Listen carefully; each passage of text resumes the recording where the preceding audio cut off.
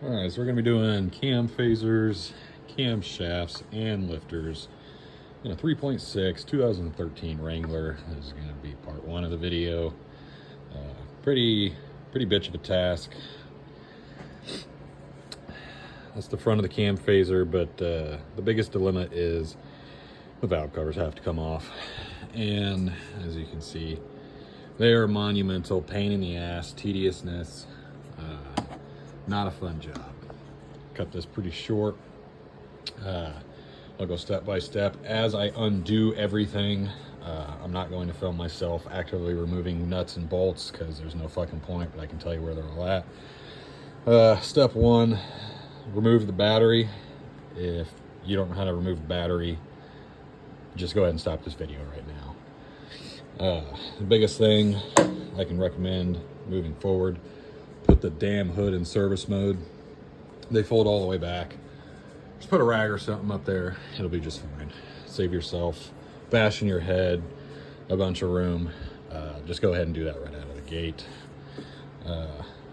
Here we go. So this Jeep has a few little aftermarket goodies, but not much. Other than that, it should be pretty straightforward, but all the same plugins apply. Nothing changes there. On your intake elbow, there's the air intake temp sensor, and there's the plug there. It is a press connect, and then you have your vac line for the PCV intake, and on your factory tube it would be there. This is a K&N, pretty straightforward. Biggest first hurdle which we're going to tackle first is removing the battery tray. There is guys that say you can do it without removing the battery tray, but just go ahead and do it. It's going to save yourself a monumental amount of headaches later and make removal of the valve cover easier and really eliminate a lot of struggles of getting it off and on and the chances of FOD going into the motor. So just go ahead and remove it.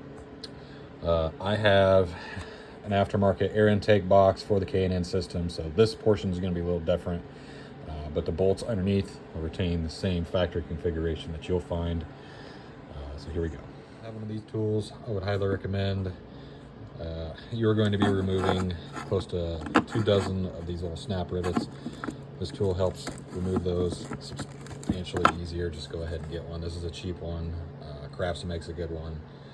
I would recommend getting it. Back accumulator has to come off. Pretty standard Chrysler connection here.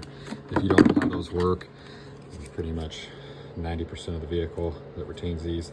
Slide the red tab over, and then once the red tab is completely over, make sure there's no red exposed on the opposing side. Depress the tab there, it slides out. Pretty simple. Sometimes they can be stuck. These are similar on this vehicle as well. A Chrysler connection for the vac lines. That would have been here. You'll actually depress this down, and then you'll feel the bottom tangs protrude. And then slide it, work it back and forth. They're kind of brittle, but you can get it and do those two. And my first bleeder of the job. For those that have the K&N air intake, this is a monumental, what the hell's going on here? So your original configuration, for the last remaining bolt for the battery tray, there would have been a 10mm bolt that would have sank through there. However, for the K&N air intake system, this little thumb screw, yeah, okay, would replace that. Then give you this glued down cup. All it is a rubber dampening bushing for their proprietary air intake box system. So I had to get the die grinder out and make a notch in it. Use a flat spade and a crescent wrench. Yeah, that hurt. Whoopsie. After that, moving on. Battery trays out. I'll go over all the anchor point locations with you. As previously stated, that guy there was the little problem child. That was a little boo-boo.